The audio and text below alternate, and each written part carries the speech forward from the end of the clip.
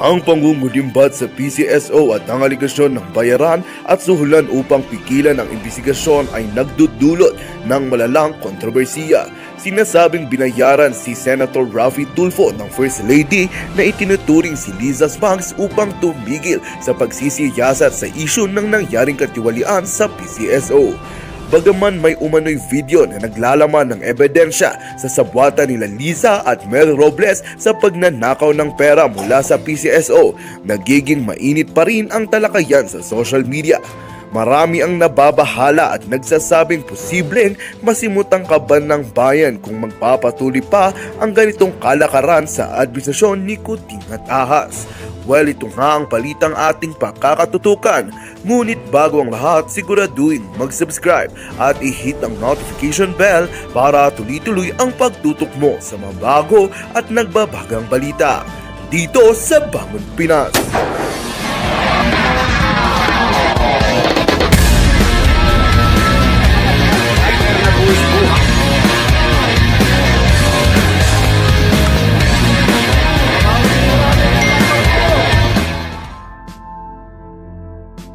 So narinig nyo doon kung paano magsinungaling si Robles. Okay? At dahil sinabi ni Tulfo na siya ay private investigate. Okay? Lahat gagawin niya. Lingid sa kaalaman ng taong bayan, ayon sa nakarating sa atin, nagpa-imbestiga na si Tulfo ahead of time, prior to that hearing. So yung ginawa ni Tulfo doon, etchos lang niya para cornerin si Robles.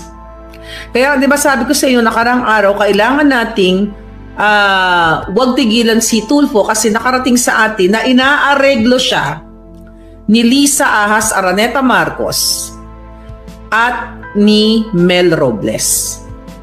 Okay? Inaareglo siya. And even si Coco Pimentel, ayon sa ating puting ahas, kaya dapat sumagot, ay inareglo din ni Lisa at ni Mel Robles. Kaya kung natatandaan ninyo, isa si Pimentel na nagtanong din dito sa 433 winners noong October of 2022. Kung naalala ninyo, di ba? Nagbidabidahan din dyan si Coco Pimentel. So ano ang nangyari? Walang nangyari, walang kasunod na hearing, hindi natin alam kung ano na nangyari hanggang sa dumating na nga itong edited pictures na ito, mga kababayan, at ang mga taong bayan ay talagang nabulabog. Nagalit kayo. At hanggang ngayon, si Kuting walang pronouncement o ayaw niyang tanggalin o ligwakin itong si Mel Robles. Hindi talaga liligwakin yan. Okay? Hindi niya liligwakin dahil what? Dahil magkasabwat sila at ang kanyang asawa. Okay? Ngayon mga kababayan, gusto niyo ba ng ebidensya? Gusto niyo ba ng video? Kailangan malaman ng taong bayan na kahapon dyan, di ba nag-birthday si Robles? Pinakita ko sa inyo si Mel Robles sa Malacanang. Another form of corruption, abuse of power, dahil yung kanyang 60th birthday ay idinaos dyan sa Malacanang, sa Goldenberg Mansion.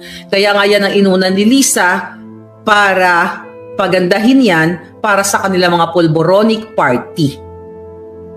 Okay? Mababa na ang 100 million na areglo dyan kung totoo. Well, ang nakarating sa atin, in the past daw, ayon sa ating puting ahas, sa kay Coco Pimentel, ay 400 million. Kaya dapat sagutin niya ito. Diba? Ayon sa ating puting ahas. Kaya naman pala, nung nanood tayo ng hearing, parang more on grandstanding lang ang mga eksena. Okay? Wala ni isa doon na talagang parang mararamdaman mong mahal nila ang Pilipino, mahal nila ang bayan. Kasi, Nelson de los Reyes, thank you palangga, nag-pop up ka sa Maharlika Network. Alright? So ngayon mga kababayan, tingnan natin yung video ha.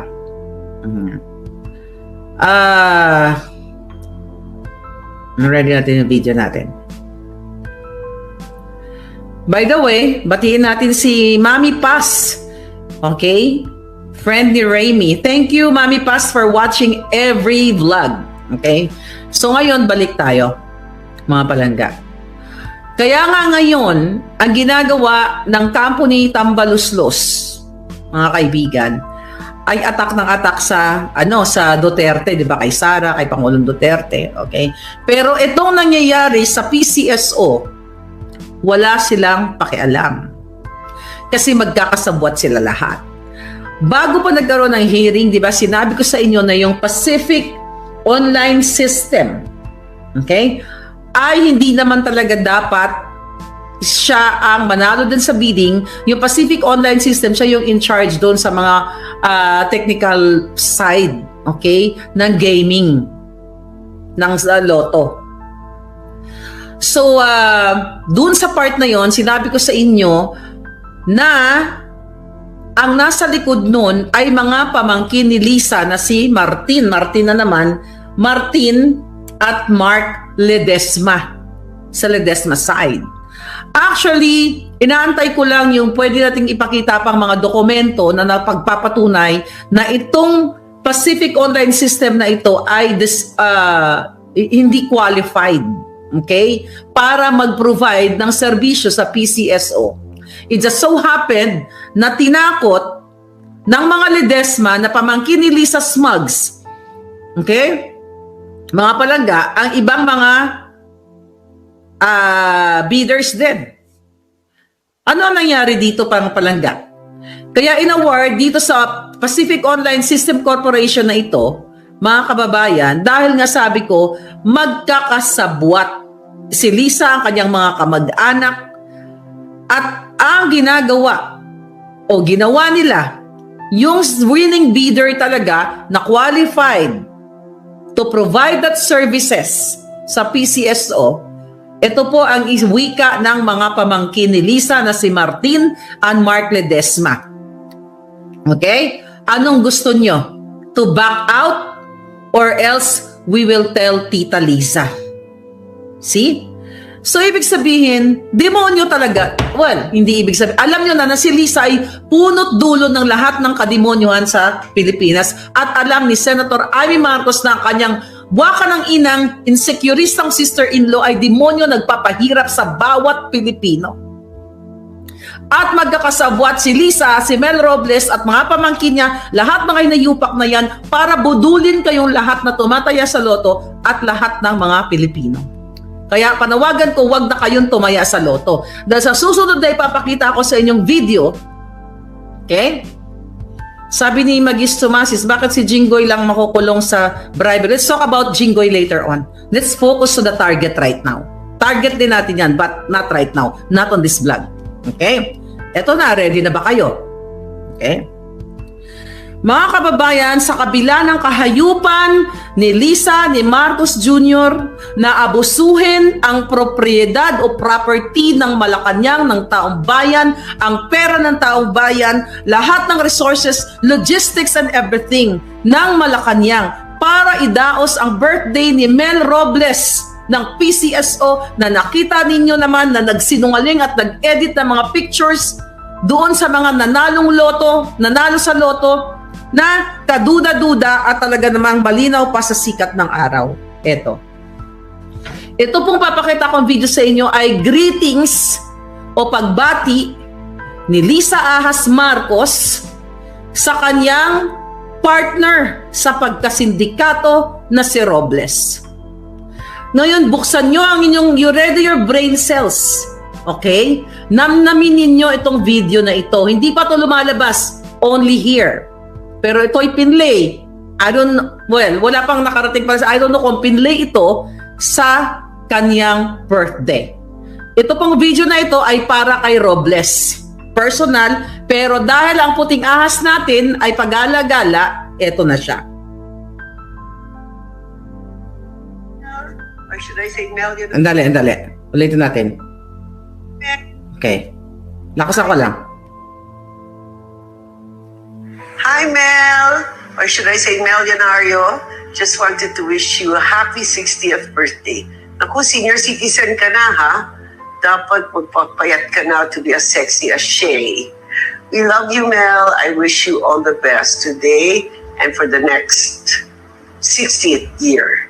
Big hug. Happy birthday. Thank you for everything you've done for me, my family, for my husband. Sama-sama tayo, babago muli para maging milyonaryo. Narinig yung putang ina? Para maging milyonaryo. Mamaya patugtog natin, papaplay natin ulit. Narinig ninyo? Ano ang pakiramdam nyo ngayon? Ito, sinulat ko. Ang sabi niya, hi Mel. Okay, what should I say? Milyonaryo, happy birthday. What should I say? Milyonaryo. Nako, sabi niya, senior citizen ka na. Dapat magpapayat ka na. Diba? To be as sexy as Shay. Yung asawa niyang pinakita ko sa inyo nakaraan na nag-shopping sa Beverly Hills, sa Las Vegas, na kung saan na bumili ng bahay with 2022 pa lang. Okay? Sabi niya, we love you, Mel. I wish you all the best today and for the next 60th year. Kung aabutin pa kayo mga putang ina ninyo. Big hug. Okay? Kasabwat nitong hayop na ito. Happy birthday. Thank you for everything you've done for me. Para sa kanya. Diba? Ulit-ulit kong sinabi sa inyo, the moment pa lang na inupo ito, sabi ko, magnanakaw yan. At dodorobohin nila yung loto dahil si Mel Robles ay lumaman sa pagnanakaw dyan lang sa LRTA nung siya ay nandiyan nung mga nakaraang administrasyon. Pero eto, sabi ni Lisa, my family for my, thank you for everything you've done for me, my family for my husband, sama-sama tayong babangon muli para maging milyonaryo. Anong ibig sabihin yan mga kababayan? Subconsciously, di ba tayong mga tao, yung mga ginagawa natin na hindi nakikita yung hindi nakikita o hindi nyo nakikita, hindi nakikita, let's say, kunyari, ako, minsan may mga nakakapagsalita ako ng mga bagay, ito yung mga stock knowledge mo, minsan, ito yung mga nangyari sa buhay mo, okay? Na subconsciously, sinasabi mo, kasi nandiyan na siya sa brain mo nandiyan lang siya. Nabubuhay lang itong mga mga information, itong mga events sa buhay mo, kapag may mga pangyayari at present times na magko-correlate siya doon. Kaya minsan nabibigkas mo ang mga bagay-bagay na yan. So dito, definitely, subconsciously, sa likod ninyo, sa likod ng camera, sa likod ng kahayupan, di ba? Ni Lisa, sa mga drama nila, kunyari, ganito, ganyan. Tulong-tulong kasi nungalingan. Pero ito ang binanggit niya, sa kapapasok lang, mga kababayan, I have to play it again. And you analyze, namnamin nyo ang kakayupan, kaputahan itong babaeng ito at pagnanakaw sa taong bayan. Ulitin natin ulit, sa kapapasok lang. Ready nyo na, record nyo na para ma-share nyo. Dali. Milyonaryo. Dali. Mel, or should Hi, Mel. Or should I say Milyonaryo? Just wanted to wish you a happy 60th birthday. Ako, senior citizen ka na ha. Dapat magpapayat ka na to be as sexy as Shay. We love you, Mel. I wish you all the best today and for the next 60th year. Big hug. Happy birthday. Thank you for everything you've done for me, my family, for my husband. Sama-sama tayo, babago muli para maging milyonaryo. Sama-sama tayong babangon muli para maging milyonaryo. So, ibig sabihin, mga kababayan, talagang itong hayop na ito, inuutusan, magkasabwat sila, yun talagang intention nila para kunin ang pera ng PCSO. Sa PCSO pa lang. Diba ang PCSO is charity institution? Na kung matino itong hayop na itong babaeng ito, ano ang sasabihin mo sa greetings? Mel, maraming salamat dahil naging maganda ang PCSO. Marami tayong natulungan. Marami tayong natulungan ng mga may sakit, nakapagpatayo tayo ng mga ganito. Salamat dahil bumangon ang buhay ng mga Pilipino. Narinig nyo, sama-sama tayong muli para maging milyonaryo. It's not sama-sama tayo muli para ang mga kaibigan natin, mga taong bayan ay magiging maganda ang buhay. No, it's not fucking figure of speech. So stop that figure of speech. You know? Huwag niyong ipagtanggol. Huwag niyong ipagtanggol ito dahil tignan niyo ang executive session. Ano nangyari? Wala, tahimik. Sabi nga ni Atty. Blanchong, as a lawyer at dating congressman, dapat yung executive session na yun, di ba, for a while tumigil sila, then babalik sila sa session,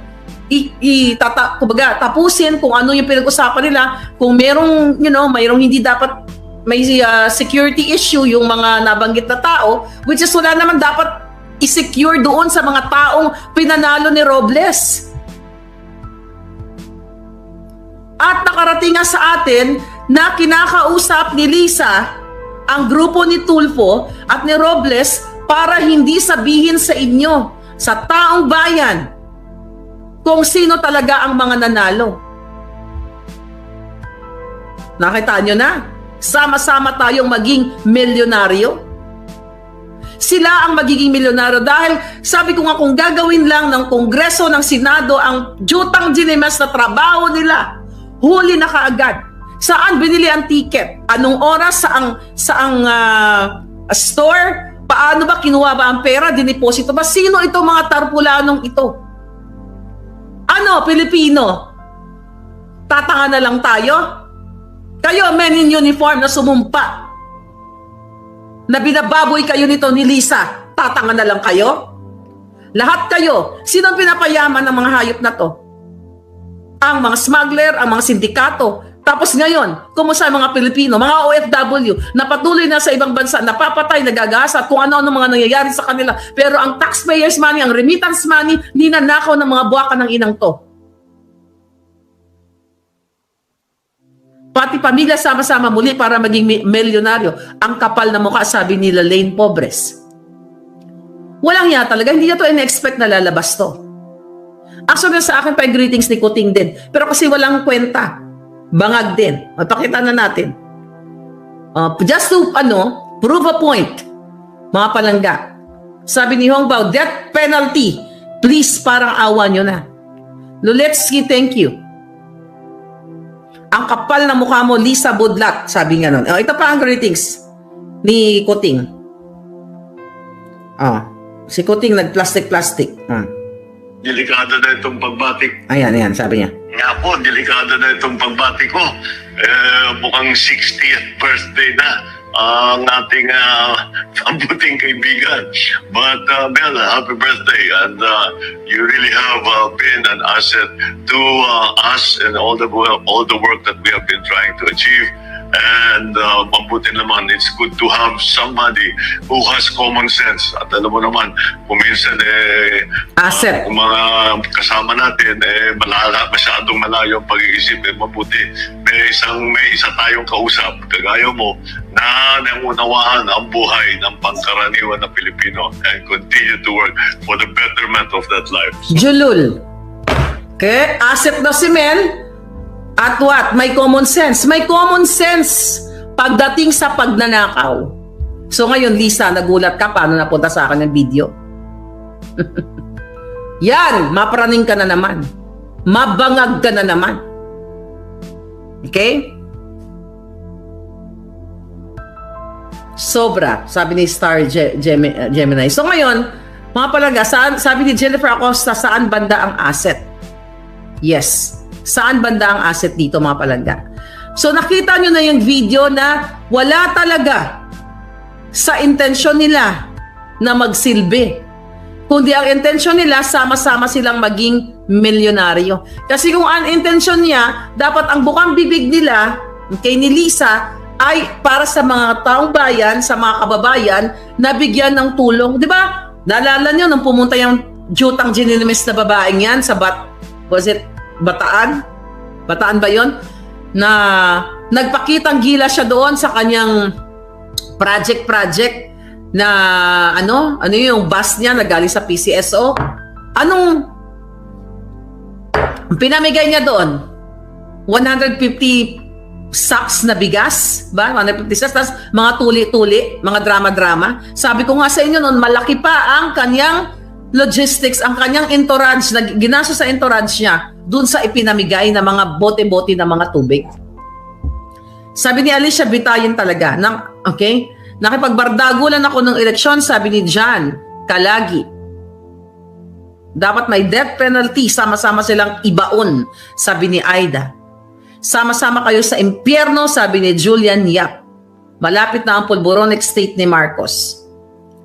Sana yung kay Tulfo, hindi nilabas yung mga sinasabi nila ang totoong nangyari sa lottery. Ngayon, ito nga, i-challenge to Tulfo. Ngayon, Tulfo, nakarating sa amin sa Puting Ahas na ikaw ay nagpapa-areglo kay Lisa. Kaya ba hanggang ngayon, wala pa rin ikaw update sa taong bayan? Kung ito ay natapos mo ng paimbestigahan, bakit hindi mo diniretsyong kasuhan na sa ombudsman? Bakit nagpakitang gilas pa kunyari doon sa, kunyari ginigisa-gisa mo si Mel? Bakit? Dahil ayon sa Puting Ahas, nagpapapresyo ka? Magkano? Ikaw, Coco Pimentel, 400 million? Magkano kay Tulfo? 1 billion? Kasi kung kaya nilang magpatama ng 1.7 billion in less than a month, pwede bigyan ng tigi 1 billion. Si Tulfo, si Pimentel, o kung sino pa doon, kasapi doon sa hearing na yon at iba pa, ng tigi 1 billion para hindi ibukelya si Robles kung sino-sino yung mga tao doon na pinanalo nila. At kung sino yung, sabi ko nga, there's no such thing as persona o warm body na tumanggap ng checking ipinakita nila na nagba-viral sa social media dahil wala naman talagang nag-claim ng checking, kundi yun ay ninakaw nila sa clothing company.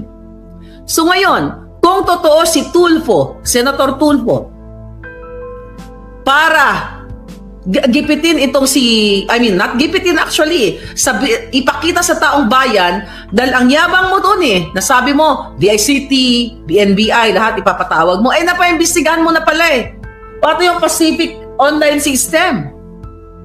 Napaimbestigahan mo na at nalaman mo na kung sino, bakit hindi mo pa in-expose sa taong bayan na wala naman talagang nananalong mananaya sa loto kundi ang grupo ni Lisa, ni Robles, ni Marcos Jr. at lahat ng mga buwaka ng inang pinapatay dahan-dahan ang kinabukasan ng mga Pilipino. Sabi ni Jojo Maring, nabudol talaga tayo. Sana ipakalat. You just, kunin nyo. Share, i-share ko sa inyo mamaya yung mga palangga ko dyan na nagbablog. I-share ko sa inyo mamaya itong video na to. Sikat na sikat si Tulfo. Okay? Malalaglag. Ang sabi nun? Pakitang gila sa Senado. Baka doon, malaglag. Death penalty para kay BBM Tambal.